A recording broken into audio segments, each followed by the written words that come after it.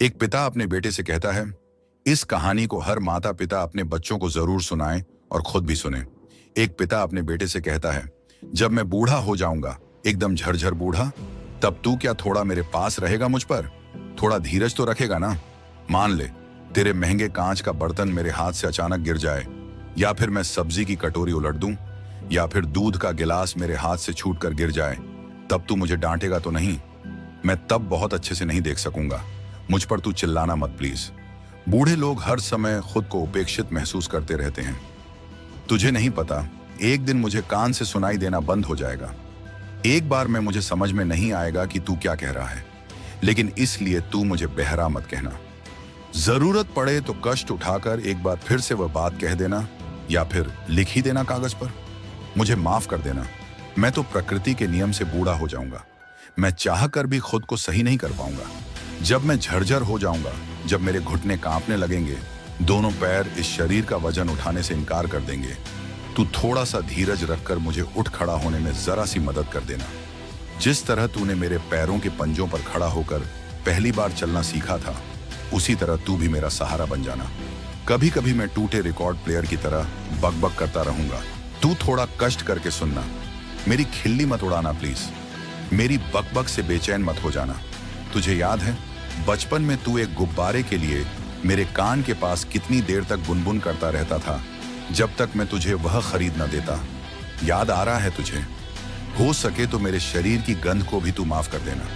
मेरी देह में बुढ़ापे की गंध पैदा हो जाएगी, तब नहाने के लिए मुझसे जबरदस्ती मत करना। मेरा शरीर उस समय बहुत कमजोर हो जाएगा। जरा सा पानी लगते ही ठंड लग जाएगी। मुझे देखकर नाक मत सिकोड़ना प्लीज। तुझे याद नहीं है, मगर मैं बता देता हूं, जब तू कपड़ों में टट्टी पेशाब कर देता था, तब मैं और तेरी माँ उस गंध में भी तुझे कलेजे से चिपकाए रखते थे। तू कभी कभी मेरे लिए बौवत निकाल लेना, हम लोग साथ में गप्पे लड़ाएंगे, ठीक है ना?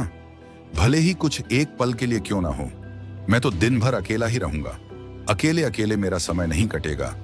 मुझे पता है तू अपने कामों में बहुत व्यस्त रहेगा। मेरी बूढ़ा गई बातें तुझे सुनने में अच्छी न भी लगे, तो भी थोड़ा मेरे पास रहना। तुझे याद है मैं कितनी ही बार तेरी छोटे गुड्डे की बातें सुना करता था? सुनता ही जाता था और तू बोलता ही रहता था, बोलता ही रहता था। मैं भी तुझे कितनी ही कहानियां सुनाया करता था। तुझे याद है ना? एक दिन आएगा जब मैं बिस्तर पर पड़ा रहूंगा, तब तू मेरी थोड़ी सी देखभाल कर देना। मुझे माफ कर देना यदि गलती से मैं बिस्तर गीला कर दूं, अगर चादर गंदी कर दूं। मेरे अंतिम समय में मुझे छोड़कर दूर मत रहना प्लीज।